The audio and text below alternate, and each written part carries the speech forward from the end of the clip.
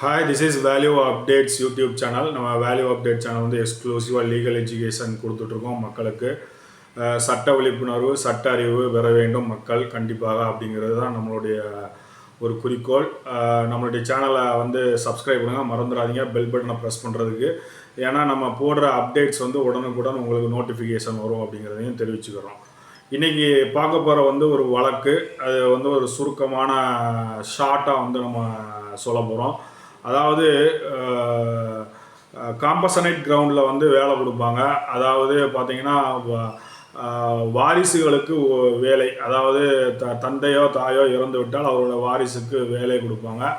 அந்த வேலை வந்து சம்பந்தமான வழக்கு 13 வருடங்களுக்கு பிறகு கருணை வந்து பணி வந்து கோர முடியுமா அப்படின்னு சொல்லி ஒரு வழக்கு வருது.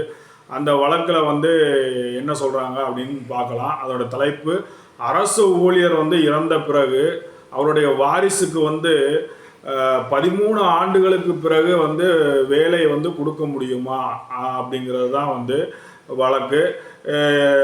இது வந்து நிராகரித்ததுனால வந்து மின்வாரியம் உயர்நீதிமன்றத்துக்கு போய் உயர்நீதிமன்ற தீர்ப்பாகுது என்னன்னு பார்க்கலாம்.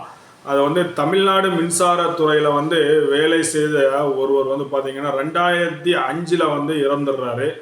அவருடைய மகன் வந்து 2018 தான் மேஜர் ஆகி வர்றாரு. அவர் தந்தை இறக்கும்போது அவர் ஒரு மைனராக இருக்கிறார். அந்த பணிக்கு வந்து வாரிசு நியமனத்துக்காக வந்து 13 ஆண்டுகளுக்கு பிறகு வந்து மனுவை வந்து என்ன செய்கிறாங்க அப்படின்னா தாக்கல் செய்கிறாங்க. மின்சார வாரியத்தில் தாக்கல் செய்யப்படுகிறது. ஆனால் வந்தால் நிர்வாகம் வந்து அந்த மனுவை வந்து 3 ஆண்டுகளுக்குள் தாக்கல் செய்யவில்லை என்று காரணத்தால் பார்த்தீங்க அப்படின்னா பணி நியமனத்தை வந்து மறுத்துடுறாங்க. பணி உங்களுக்கு கொடுக்க முடியாது அப்படின்னு. இந்த மறுப்பை வந்து எதிர்த்து தொடரப்பட்ட வழக்கில் தான் பார்த்தீங்கன்னா குழந்தை வந்து அவர் தந்தை இறந்த நேரத்தில் வந்து மேஜராகியவில்லை என்றும், இப்பொழுது மேஜராகி இருப்பதால் மேஜராகிய பிறகு வந்து பணி நியமனம் கோரலாம் என்று வந்து நீதிமன்றம் வந்து தீர்ப்பளித்திருக்கிறது. பணி வழங்க வந்து உத்தரவும் பிறப்பித்திருக்கிறது.